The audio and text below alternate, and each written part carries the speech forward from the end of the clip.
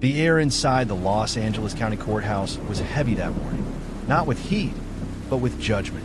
You could feel it in every breath, hanging thick in the silence, pressing down like a storm that refused to break. At the front sat Judge Harold Benton, a man known for two things: his impatience and his pride. He didn't just run his courtroom, he ruled it, and the young man standing before him was about to shake that kingdom to its core. Marcus Reed, 19 years old, slim, calm, hands in his pockets like he didn't belong here, yet somehow looked like he did, charged with grand theft auto and resisting arrest. To most people, it was just another case. But to Marcus, it was personal. Judge Benton glanced down from the bench. His smirk said more than his words ever could. "You think you're some kind of lawyer, son? This isn't a debate club." A few laughs echoed across the courtroom. Small, cruel, but Marcus didn't flinch. He'd heard worse, because what they didn't know was that this boy had grown up learning the system from the inside out. His mother, Rosa Reed, worked as a paralegal for 20 years. Every night at the kitchen table, she'd read through case files, and Marcus would listen. By 16, he could quote California law like it was second nature. Not because he wanted to, but because he had to, in his neighborhood, knowing the law wasn't power. It was protection. Now, he was standing in the one place that tested everything he'd ever learned. The prosecutor, Evelyn Cross, rose from her chair, confident, cold, every move rehearsed. "Your Honor," she began, "the state will prove that the defendant, Marcus Reed, was apprehended in a stolen Tesla Model S, fleeing from officers, with his fingerprints on the wheel." It sounded perfect, so perfect, it almost sounded scripted. Judge Benton leaned back, folded his hands. Seems clear enough. But Marcus stayed still, eyes sharp, waiting, when the judge asked if his turn. "Then I moved to strike that testimony, Your Honor." Judge Benton frowned. "On what grounds?" Marcus looked him dead in the eye. "Because Detective Alvarez wasn't on duty at that time. He clocked out 2 hours earlier." The crowd gasped. Cross scoffed. "That's ridiculous." "Then prove me wrong," Marcus replied. "Pull his patrol logs from that night." For the first time, the prosecutor hesitated, and that was all Marcus needed to see. The judge caught it too. "Prosecutor Cross, can your office provide those logs?" Her voice tightened. "Yes, Your Honor, though it may take time." "Do it," the judge said. The gallery buzzed. This was no longer an open and shut case. Marcus pressed on. "The prosecution claims my fingerprints were found on the steering wheel." "That's true, but where's the forensic specialist who analyzed them?" Cross hesitated again. She wasn't subpoenaed, so we're using evidence no one can question. He turned to the jury. "Tell me something. If you touch a car door, does that make you a thief? Or does it make you human?" The jury shifted. The energy changed. Then Marcus reached for a paper from his folder. "Your Honor, I'd like to submit Exhibit C, a statement from the vehicle's owner, Mr. Raymond Keller." Judge Benton leaned forward. "The prosecution didn't include this." "No, they didn't." Marcus began to read. "I left my car running outside the gas station. Someone jumped in and took off. But the person I saw wasn't black. He was white, wearing a gray hoodie." Gasps, whispers, "Shalt." The truth hit harder than any verdict. Judge Benton rubbed his temple. "Prosecutor Cross, do you have any further evidence tying Mr. Reed to this theft?" She opened her mouth, then closed it again. Finally, "No, Your Honor." The silence that followed was louder than any gavel. Then came the words no one expected to hear. "Case dismissed." The courtroom exploded, half in disbelief, half in awe. Marcus didn't smile. He just nodded, gathered his papers, and walked out. Outside, cameras flashed. Reporters shouted, "Marcus, how does it feel to beat the system? Do you plan to become a lawyer?" He said nothing. He just kept walking. At the bottom of the courthouse steps, his mother waited. Rosa folded her arms, shaking her head. "You scare me half to death, Marcus." He chuckled softly. "Had to take a chance, Ma." She pulled him into a hug. Tight, warm, proud. But across the street, a black SUV sat idle. Inside, Detective Alvarez watched them, expression cold, eyes hidden behind tinted glass. He lifted his phone to his ear, spoke quietly, then drove off. Later that night, Marcus sat at his desk. The city lights flickered through the blinds. He should have felt relief, freedom, peace, but something didn't add up. The timestamps on Alvarez's report, they didn't match the system records. He looked closer. The file had been edited 2 days after his arrest, and at the bottom, a new signature had been added. E. Cross, the prosecutor. Marcus froze. If she knew the report was false, why use it? Then, a knock at the door. 3 short taps. He checked the clock. 11:37 p.m. He opened the door. No one was there. Just a small brown envelope on the floor. No name. No return address. Inside, a flash drive. And a note. You think it's over. It's not. They're coming for you. Marcus's pulse quickened. He plugged the drive into his laptop. A video appeared, titled Keller __ footage.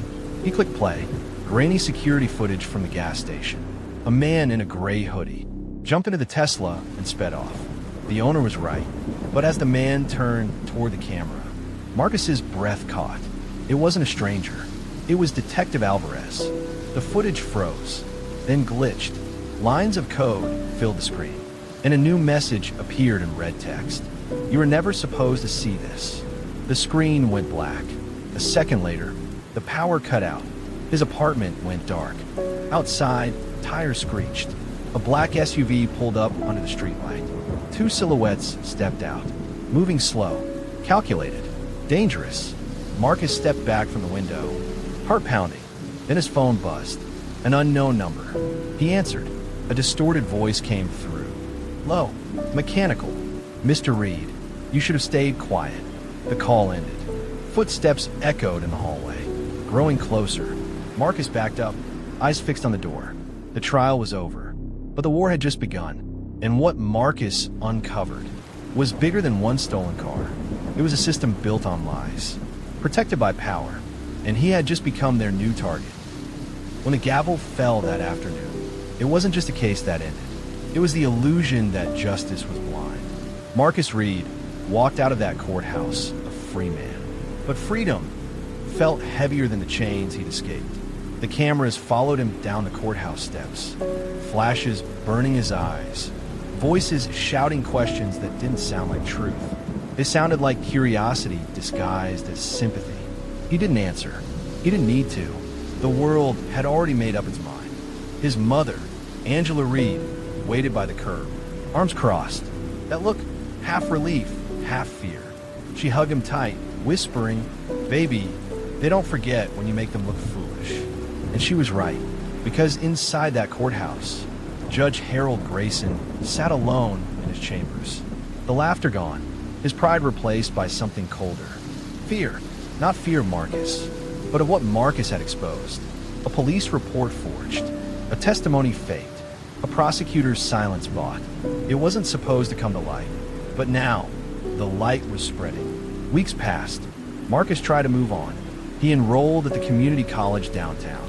Pre-law classes, long nights, quiet mornings. He told himself he was done with that courtroom, done with the system that tried to bury him. But the system wasn't done with him. It never is. One evening, as the city bled orange into night, Marcus walked home through South Grove. The streetlights flickered, the kind of neighborhood where sirens were lullabies. He noticed a black sedan parked by the corner. No plates, no movement, just waiting. He kept walking, didn't look back, didn't have to. He could feel the stare. That night, someone slipped an envelope under his door. No name, no return address. Inside, a single photo.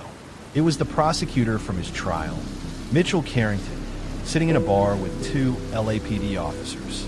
The caption scribbled in red ink read, "They're planning something." Marcus stared at it for a long time, the paper trembling slightly in his hand. For the first time since the trial, he felt real fear, not the kind you feel in a courtroom, the kind that follows you home. The next morning, he showed the photo to his mother. She told him to burn it, forget it ever existed. But Marcus couldn't. Something in him refused to walk away, because deep down, he knew the truth. If they were still watching him, it meant he had touched something bigger than one case. 3 nights later, he found out how big.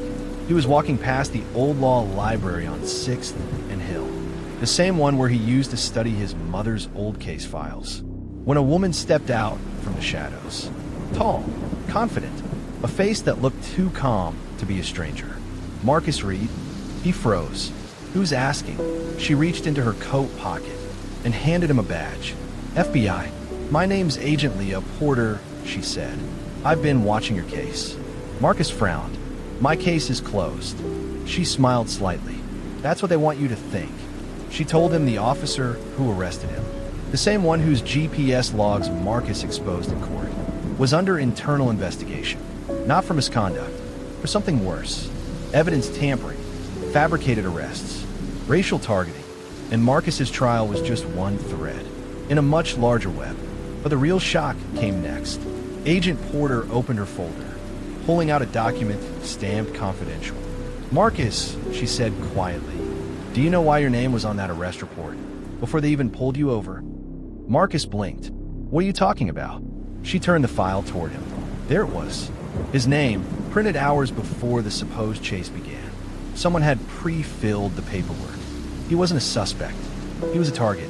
That night, Marcus couldn't sleep. He replayed every second of the trial. Every smirk from Judge Grayson. Every hesitation from Carrington. Every detail that suddenly made sense. If anything happens to me, they'll go public. For a moment, no one spoke. Then, headlights flashed across the lot. A car screeched in from the alley. Doors slammed. FBI agents poured out, guns drawn. Agent Porter stepped forward, badge raised. Federal agents. Everyone, hands where I can see them. Grayson and Carrington froze. Ruiz tried to run, but it was over. Marcus exhaled, his body finally giving in to the adrenaline. Porter looked at him, eyes steady. You did the right thing, Marcus. But Marcus didn't smile, because deep down, he knew this wasn't justice. It was just damage control. 2 months later, the scandal broke nationwide. Headlines, resignations, investigations, Grayson, Carrington, Ruiz, all charged, all disgraced. The same courthouse where Marcus once stood alone was now filled with reporters and federal subpoenas. But for Marcus, it wasn't victory. It was validation and a warning, because the deeper he looked, the more he realized the rot didn't start with them. They were just players in a much bigger game. One evening, Marcus sat in his mother's living room, file stacked beside him, news anchors talking about the Reed expose. Angela looked at him quietly. You did it, she said. They can't ignore it now. Marcus shook his head. They'll find another way. They always do. He leaned back, eyes on the TV, as the screen flashed the headline. Federal probe expands into Department of Justice officials. Angela frowned. What now? Marcus looked out the window, the city lights reflecting in his eyes. They try to make me a defendant, he said softly. Now I'm going to make them testify. He stood, grabbed his coat, and walked toward the door. Angela called after him. Where are you going? He paused. To the Capitol, he said. Part 2's over. It's time for the real trial to begin. They say truth sets you free, but they never tell you what it costs. For Marcus Reed, freedom came wrapped in silence, and the truth was louder than ever. It had been 6 months since the arrests. Judge Grayson, Prosecutor Carrington, Officer Ruiz, all gone, stripped of their titles, facing trial of their own. But the celebration didn't last, because every time Marcus turned on the news, the story got smaller. First it was breaking news, then a headline, then a footnote, and finally it disappeared. That's how the system survives. Not by fighting back, but by waiting until people stop paying attention. Marcus didn't stop. He couldn't. He had started something that went deeper than a courtroom. And now, he was chasing ghosts buried under case files and silence. He transferred to Howard University, majoring in law and political science. He spent nights in the library, days in hearings, and every free moment digging into one question. How far does the corruption go? Because the deeper he looked, the more he realized his story wasn't new. It was inherited. One night, Marcus was in his dorm, research scattered across his desk, when he found an old name, one that stopped him cold. Anthony Reed, his father, a man he barely remembered. A man his mother never spoke about. He clicked on the file. An archive case from 2001. State versus Anthony Reed. Charged with obstruction of justice. Dismissed. Sealed. But there it was. The same prosecutor's signature, Mitchell Carrington. The same judge, Harold Grayson. Marcus leaned back in his chair, heart pounding. This wasn't coincidence. This was legacy. They hadn't just targeted him. They had targeted his family, and they'd done it before. He called his mother that night. When she answered, her voice was cautious. "Marcus? It's late. What's wrong?" He hesitated, then said the words she'd avoided for years. "Mom, what happened to Dad?" Silence. Then a quiet sigh, the kind that carries decades of pain. "Your father," she whispered, "wasn't just a mechanic like I told you. He was an investigator. He worked for the Justice Department. He found something that could have taken down people higher than the courts." Marcus's chest tightened. What happened to him? He tried to expose it, but before he could testify, they made him disappear. Her voice cracked. "Those men, Marcus, the ones you faced in court, they weren't the start. They were the cover." Marcus felt his world tilt. All the pain, all the anger. It wasn't just about him. It was about finishing what his father started. A week later, Marcus received an anonymous email. No message, just an attachment. A video file labeled The Project. He hesitated, then clicked. The grainy footage showed a meeting room. A conference table, 6 men in suits. The seal of the Department of Justice faintly visible behind them. The audio crackled, but one voice was clear. "Judge Harold Grayson, this initiative will help us control the statistics. Minor cases, minority suspects. Quick convictions, higher funding. Everyone wins." Marcus froze. It wasn't just corruption. It was policy, a hidden program, a quiet directive to inflate conviction rates using young black men as numbers. They called it the Reform Initiative. Marcus called it what it was. Modern-day slavery with paperwork. He knew what he had to do. He gathered every file, every recording, and reached out to the only person he could trust, Agent Leoporteur. When she answered, her tone was weary. "Marcus, you shouldn't still be digging. I found something," he said. "Something bigger than all of us." He sent her the file. Minutes later, she called back, her voice shaking. "Where did you get this?" "It came to me," Marcus said, "and I think they know I have it." There was a pause.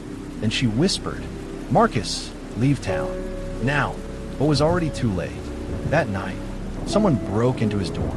Files scattered. Laptop gone. No sign of forced entry. Just one note left on the desk. "Stop digging." Marcus stared at it, jaw tight. For a second, he thought about quitting, running, hiding. Then he remembered his father. He remembered that courtroom. And he remembered the promise he made, that he'd never let the system win quietly again. 2 days later, he walked into the Capitol building. Suit pressed, eyes steady. He had requested a closed hearing with the Senate Judiciary Committee. They tried to deny it, but the file spoke louder than politics. He stood before them, the youngest civilian ever to testify in front of that committee. When he spoke, the room fell silent. He told them about the falsified arrests, the secret initiative, the systemic rot that turned justice into performance. And then he played the video. The faces of men who once called themselves honorable now flickered across a government screen. When it ended, no one spoke. By the end of that week, an emergency investigation was launched. Resignations followed. Offices were raided. Old files reopened. The system Marcus had fought for his life to expose was finally cracking. But there's something they don't tell you about breaking chains. When you shatter the old ones, new ones always try to take their place.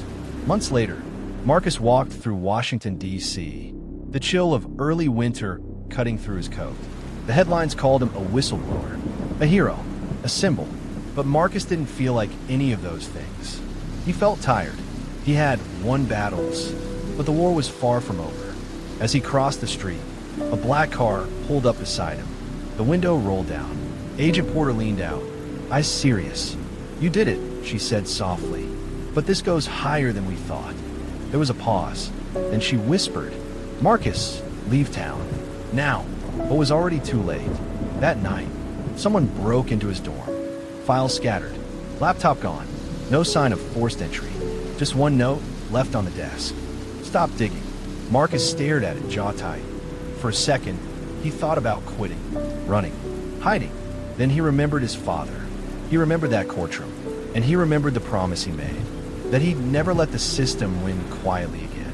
2 days later, he walked into the Capitol building. Suit pressed, eyes steady. He had requested a closed hearing with the Senate Judiciary Committee. They tried to deny it, but the files spoke louder than politics. He stood before them, the youngest civilian ever to testify in front of that committee. When he spoke, the room fell silent. He told them about the falsified arrests, the secret initiative, the systemic rot that turned justice into performance. And then he played the video.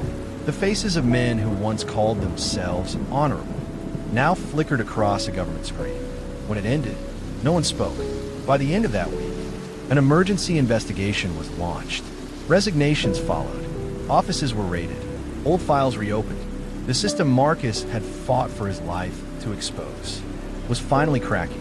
But there's something they don't tell you about breaking chains. When you shatter the old ones, new ones always try to take their place. Months later, Marcus walked through Washington, D.C., the chill of early winter cutting through his coat. The headlines called him a whistleblower, a hero, a symbol. But Marcus didn't feel like any of those things. He felt tired. He had won battles, but the war was far from over. As he crossed the street, a black car pulled up beside him. The window rolled down. Agent Porter leaned out, eyes serious. "You did it," she said softly. "But this goes higher than we thought." Marcus frowned. "How high?" She looked at him. The weight of her silence said everything. Then she handed him a folder. Inside was a photo. His father, standing beside a man Marcus didn't recognize.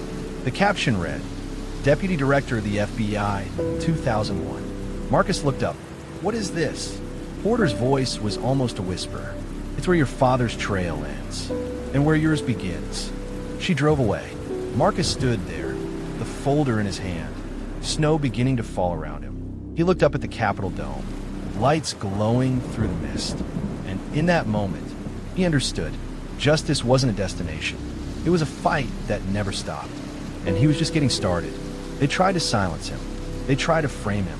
They tried to bury him under lies. But Marcus Reed became something the system couldn't control, a voice that refused to die. His story isn't just about one man. It's about all the men and women who never got the chance to speak for themselves. Because in a country where justice has a price, truth is the only currency that never loses value. And if this story made you think, even for a second, then don't stay silent. Share it. Talk about it. Because one day, it might not be Marcus Reed. It might be someone you know.